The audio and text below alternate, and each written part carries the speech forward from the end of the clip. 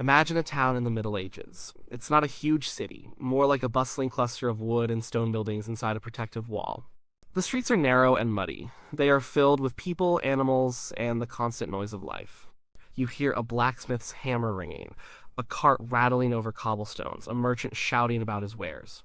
In this world, there was no Amazon, no big corporations, no government agency checking if your food was safe or if your new shoes would fall apart in a week. There was just you, the craftsman who made the thing, and the person buying it. It was a world that needed order. And that's where guilds came from. They grew out of a basic human need for security and stability. Before guilds became powerful, life for a craftsman or a merchant was unpredictable. A local lord could demand unfair taxes. A rival from another town could show up and sell cheap, shoddy goods, ruining your business. There were no real standards. A baker could mix sawdust into his flour to save money. A weaver could use weak thread that would tear easily. The buyer had little protection. And the honest craftsman had little protection from the dishonest one, so people with the same job started banding together. It was a simple idea. All the bakers in a town would form a group, all the shoemakers would form another. All the goldsmiths, weavers, carpenters, and stonemasons did the same. These groups were called guilds. At its core, a guild was an association of people who did the same kind of work. Think of it as part trade union, part business monopoly, and part social club. They looked out for each other. There were two main types of guilds. The first to appear were the merchant guilds. These were for the traders, the people who bought and sold goods rather than making them. They dealt in things like wool, wine, salt, and spices. Their main goal was to control the market in their town. They made rules so that only their members could trade there. If a traveling merchant came to town, he had to pay a fee to the guild or sell his goods through a guild member. This protected their profits and kept outsiders from taking over. They worked together to buy goods in bulk, getting better prices. They protected their members on the dangerous roads, sometimes even hiring guards to travel with their caravans. Then came the craft guilds. These were for the makers, the artisans who had a specific skill. This is what most people think of when they hear the word guild. Each craft had its own. The candlemakers guild, the armorers guild, the tailors guild, you name a job, and there was probably a guild for it. The goal of a craft guild was a little different from a merchant guild. They were obsessed with two things: quality and control. Control was about protecting their livelihood. Just like the merchant guilds, they created a local monopoly. If you lived in the town of York, you could not work as a weaver unless you were a member of the York Weavers Guild. Period. This prevented the town from being flooded with too many weavers, which would drive down prices and put people out of work. They controlled who could join, how many people could join, and what they had to do to become a full member. Quality was about reputation. The guild's name was on the line with every product a member made. A bad loaf of bread from one baker reflected on all the bakers, so the guild set strict standards. They dictated the quality of raw materials, the methods used to make the product, and even the final price. This had a double benefit. It protected the consumer, who knew that a product approved by the guild was a good product. And it protected the members, because a good reputation meant people would trust their work and keep buying from them. They built a brand for the whole town's craftsmen, so guilds weren't just a random idea. They were a solution to the chaos of the early medieval economy. They created a structure where there was none. They offered protection in a dangerous world. They gave craftsmen a collective voice and power they could never have on their own. They started as simple groups of people trying to make a living, but they would grow to become some of the most powerful organizations in the medieval world, shaping not just the economy, but the very fabric of town life. They were a promise of stability in an unstable time. Becoming a skilled craftsman in the Middle Ages wasn't like getting a job today. You didn't just send in a resume or fill out an application. You had to climb a long, difficult ladder. The guild controlled every single rung of that ladder. The system was designed to ensure that by the time you reached the top, you were a true expert in your craft. It was a journey that took years, sometimes more than a decade. The three main steps were apprentice, journeyman, and master. It all started with the apprentice. This was the first step, the very bottom of the ladder. A boy, usually between 10 and 14 years old, would be signed over to a master craftsman. His parents would pay a fee to the master and sign a legal contract. This contract, or indenture, bound the boy to the master for a set period, often 7 years. Sometimes it was longer for more complex trades like goldsmithing. Life as an apprentice was not easy. He moved into the master's house and became part of the family, but he was also the lowest ranking member. He was there to learn, but his first duties were menial chores. He would sweep the workshop floor, run errands, clean tools, and help the master's wife with household tasks. He received no wages. His payment was food, a place to sleep, often a simple cot in the workshop or attic, clothing, and, most importantly, training. The training started slowly. A young apprentice to a carpenter might spend his first year just learning about the different kinds of wood and how to sharpen tools. A baker's apprentice would learn how to tend the fire and knead dough. It was learning by watching and doing. The master was often a strict teacher, mistakes were punished, sometimes with a beating. The apprentice was under the master's complete authority. He couldn't marry. He couldn't leave the master's service without permission. It was a life of long hours and hard work with very little freedom.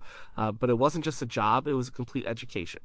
The apprentice learned not only the physical skills of the trade, but also how to deal with customers, how to buy raw materials, and how to manage a business. He was being shaped into a future member of the guild. After 7 or so years of this intense training, if he had proven himself diligent and skilled, his apprenticeship would end. And he was now a free man, no longer bound to his master. He had graduated to the next level. He was now a journeyman. The name comes from the French word journée, meaning day. A journeyman was a day worker, someone who was qualified to work in his trade and could now earn a daily wage. He was no longer a boy, but a young man with a real skill, but he was not yet a master. He couldn't open his own shop or take on his own apprentices. To do that, he had to become a full member of the guild. But many journeymen would leave their hometown for a few years. This was an expected part of their development. They would travel from town to town or even to different countries working for various masters. This period of travel was incredibly valuable. It exposed them to new techniques, different styles, and other ways of working. A stonemason from England might travel to France and learn new methods for building arches. A weaver from Flanders might learn about different dyes in Italy. This travel broadened their skills and made them more experienced craftsmen. During this time, the journeyman's goal was to do 2 things perfect: his craft and save money. Life on the road was tough, but he was earning money for the first time. He needed to put a good portion of it aside.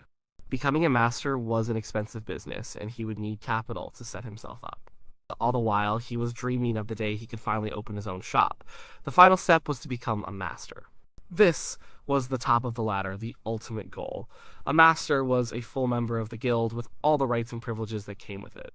He could open his own workshop, hang his own sign, hire journeymen, and take on apprentices. He had a vote in guild meetings. He was a respected member of the community, but getting there was the hardest part. The requirements were steep. First, the journeyman had to prove his skill. He had to create a masterpiece. This was a piece of work, a final project, that demonstrated his complete command of the craft. It had to be presented to the masters of the guild for their judgment. A shoemaker might have to make a perfect pair of boots. A cabinet maker might have to build an ornate chest. A swordsmith would have to forge a flawless sword. The standards were incredibly high. If the masterpiece was accepted, he had cleared the biggest hurdle. But skill alone was not always enough. He also had to pay a significant fee to the guild to register as a master. He needed to have enough money saved to rent or buy a workshop and purchase all the necessary tools and raw materials. This was a huge financial barrier. Many skilled journeymen never became masters simply because they couldn't afford it. And as time went on, it got even harder. Guilds became more exclusive. Masters started to favor their own sons or sons-in-law. It became common for a journeyman to have to marry a master's daughter to get a foot in the door. The system, which was originally designed to be a path for skilled workers, sometimes became a way for established families to protect their own interests and keep others out. For those who made it, however, life was good, they were their own boss, they were respected members of society. They had climbed the ladder from a young, unpaid boy to the pinnacle of their profession. This rigid system of apprentice, journeyman, and master was the heart of the guild. It was a long and demanding path, but it produced generations of highly skilled craftsmen whose work was built to last. To think of a medieval guild as just a group of colleagues would be a huge mistake. They were not simply clubs where craftsmen got together to chat about their work. They were powerful, complex organizations that held a tight grip on almost every aspect of economic and civic life in their towns. A guild was a micromanager on a grand scale. It controlled what was made, how it was made, who could make it, and how much it cost. Its influence extended far beyond the workshop, reaching into the town hall, the marketplace, and even the city walls. The most obvious area of control was the economy. Guilds operated as legal monopolies. If you were a member of the Weavers Guild in a particular town, you were one of the only people legally allowed to weave and sell cloth there. This was the foundation of their power.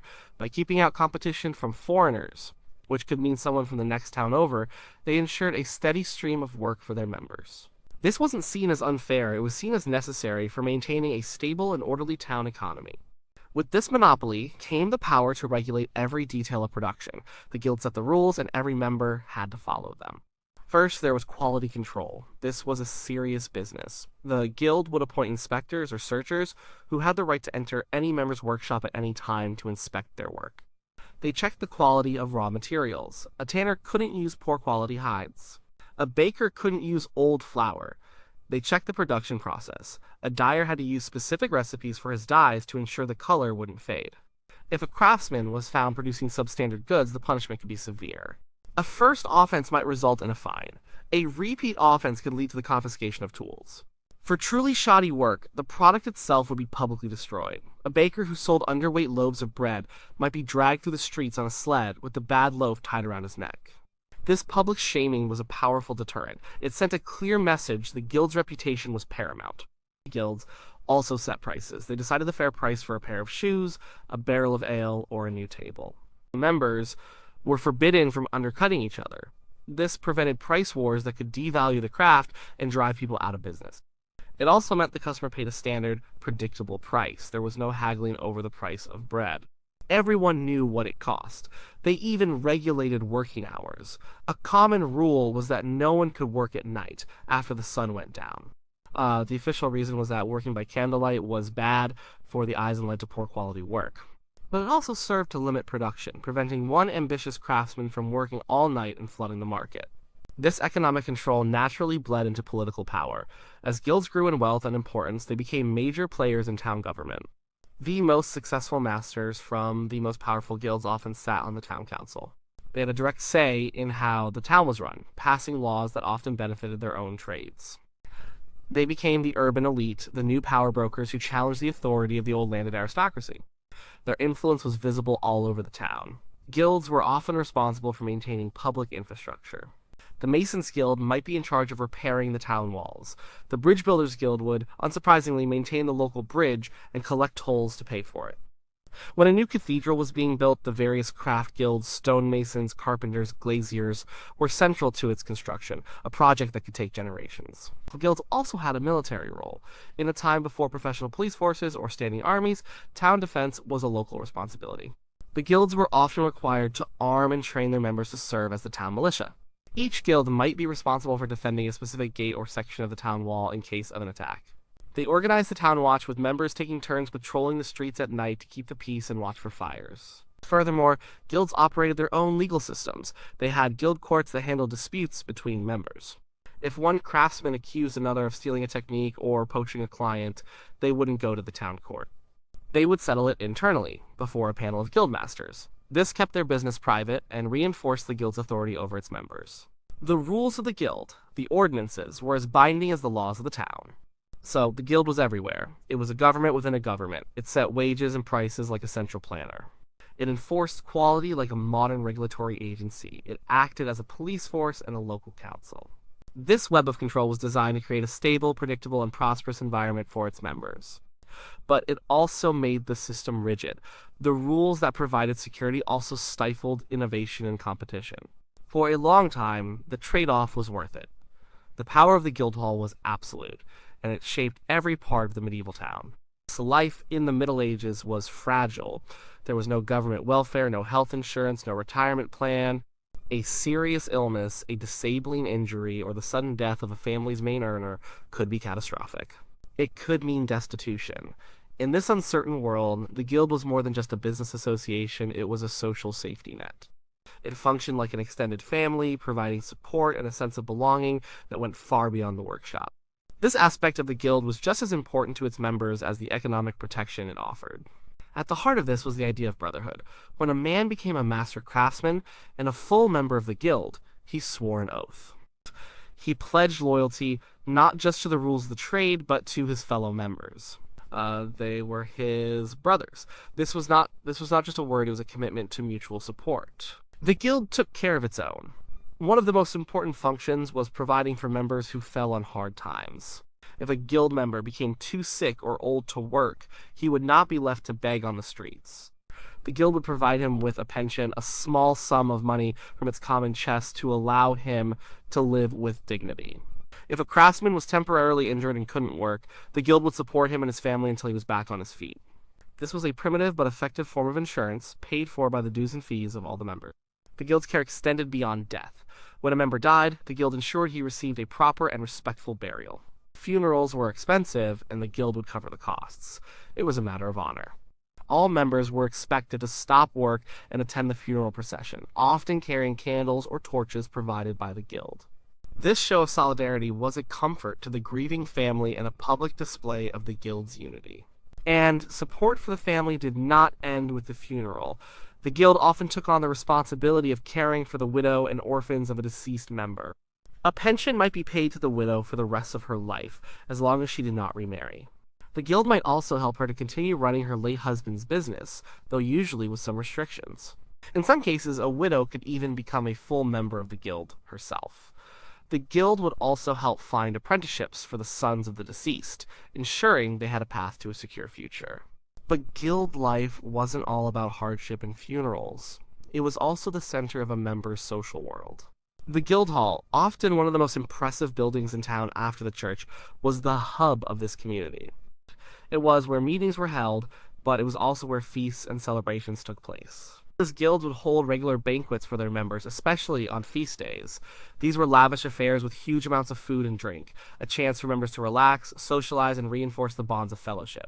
Religion was deeply woven into the fabric of guild life. Every guild had a patron saint, a holy figure who was believed to watch over and protect their specific craft. The shoemakers had St. Crispin, the weavers had St. Blaise, and the carpenters had St. Joseph. The guild would maintain a chapel or an altar in the local church dedicated to their patron saint. They would commission works of art and pay for candles to be burned in the saint's honor. On the saint's feast day, the guild would organize grand public spectacles. Members would march through the streets in a procession wearing special uniforms or livery that identified their guild. They would carry banners and models representing their trade. These parades were a source of immense civic and professional pride. Guilds also played a key role in producing the famous mystery plays, religious dramas that depicted stories from the Bible. Each guild would be responsible for staging a particular scene. The Shipwrights Guild might stage the story of Noah's Ark, while the Bakers Guild would perform the Last Supper. These plays were a major form of public entertainment and religious education. The guild also acted as a moral authority. Members were expected to live up to a certain standard of behavior. The guild ordinances often included rules against gambling, blasphemy, or causing public disturbances. A member who brought dishonor to the guild could be fined or otherwise punished. Being a good craftsman was linked to being a good Christian and a good citizen. In all these ways, the guild created a powerful sense of identity. A man was not just John, a carpenter. He was John, a member of the Worshipful Company of Carpenters. This identity gave him a place in the world. It meant he was part of something bigger than himself, a brotherhood that would support him in sickness and in health, in life and in death. It was this deep, almost familial bond that made the guild system so resilient for so many centuries. For hundreds of years, the guild system dominated the economic and social life of European towns. It seemed like a permanent fixture, as solid as the stone walls of the cathedrals they helped build. But the world changed, and the guilds, for the most part, did not. The very things that made them strong in the medieval period, their rigid rules, their local focus, their resistance to competition, became weaknesses in a new emerging world. The decline of the guilds was a slow process, not a sudden collapse, caused by a combination of internal rot and external pressures. The problem started from within. Over time, many guilds became less about protecting a craft and more about protecting the privileges of a select few. They became victims of their own success. The path from apprentice to master, once a clear if difficult ladder of merit, became blocked. The masters who ran the guilds began to make it nearly impossible for new people to join their ranks. They raised the fees for becoming a master to exorbitant levels. They made the masterpiece requirement so difficult and expensive that few journeymen could hope to achieve it. Nepotism became rampant. Guild leadership became hereditary. A master's son or son-in-law had a much easier path to mastership than a more talented but unconnected journeyman. The guilds became exclusive, closed-off clubs for a handful of powerful families. This created a permanent class of disgruntled journeymen who had the skills but not the connections or the money to advance. They were trapped, working for wages their whole lives with no hope of ever running their own shop. This led to conflict, with journeymen sometimes forming their own secret associations or fraternities to agitate for better pay and conditions, like an early form of a trade union. This internal rigidity also made guilds hostile to innovation. The guild's rules were designed to preserve traditional methods of work. Everything was standardized, but this meant that new ideas and more efficient techniques were often seen as a threat. A craftsman who invented a new tool or a faster way of working might be punished by the guild for breaking the rules. The focus was on maintaining the status quo, not on progress. While this had provided stability in the past, it now caused them to fall behind. While the guilds were stagnating, the world outside their walls was being transformed. The biggest threat came from the rise of a new economic system, capitalism. A new class of merchants and entrepreneurs emerged who were not tied to the guild system. They saw the guild's monopolies and price controls as obstacles to profit. They wanted the freedom to produce goods as cheaply as possible and sell them wherever they could. They found a way to bypass the guilds entirely through something called the putting out system, or cottage industry. A wealthy merchant would buy raw materials, like a large quantity of wool, in bulk. Instead of taking it to the weavers in the guild-controlled town, he would take it out to the countryside. He would distribute the wool to rural families who would spin it into thread in their own homes. Then he would collect the thread and take it to another set of families to be woven into cloth. These rural workers were not guild members, so they were not bound by guild rules on wages or quality. They worked for much lower pay. The finished product could then be sold for a much lower price than the high-quality, high-cost cloth produced by the urban guilds. The guilds had no authority in the countryside, so they were powerless to stop it. This new method of production was more flexible, cheaper, and could produce goods in greater quantities. It was the future, and it was slowly strangling the old guild system. At the same time, the political landscape was changing. The local power of towns and their guilds was being eroded by the rise of powerful kings and nation-states. Monarchs wanted to control the economy of their entire country, not have it fragmented into hundreds of local guild-run monopolies. They began to issue their own patents and charters to entrepreneurs who promised to build new industries, often in direct competition with the old guilds. Central governments began to take over roles that guilds once performed, like regulating trade and providing social welfare. The final blow was the Industrial Revolution. The invention of the steam engine and power looms in the 18th and 19th centuries changed manufacturing forever. Goods could now be mass-produced in factories on a scale that a small workshop with a master and a few journeymen could never hope to match. A factory could produce more cloth in a day than a guild workshop could in a month, and at a fraction of the cost.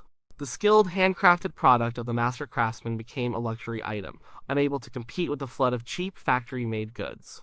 The guilds could not adapt. Their entire structure was based on small-scale, localized production. They were relics of a bygone era. Some guilds tried to survive by transforming into trade associations or ceremonial clubs, and a few still exist today, mostly as historic institutions. But their real power was gone. The world of the independent master craftsman, the heart of the medieval town, had been replaced by the world of the factory owner and the wage laborer. The guilds faded away not because they were a bad idea, but because the world they were built for had vanished.